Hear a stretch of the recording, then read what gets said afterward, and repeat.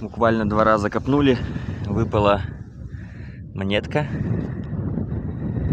по размеру копеечка. В конце копа все почистим, все покажем. Так, ребят, продолжаем шурфить место клада. Была еще одна монета. Оп, выпала. Так,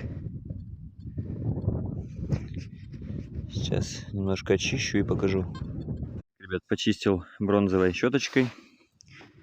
Александр II, 1860 год. Копейка.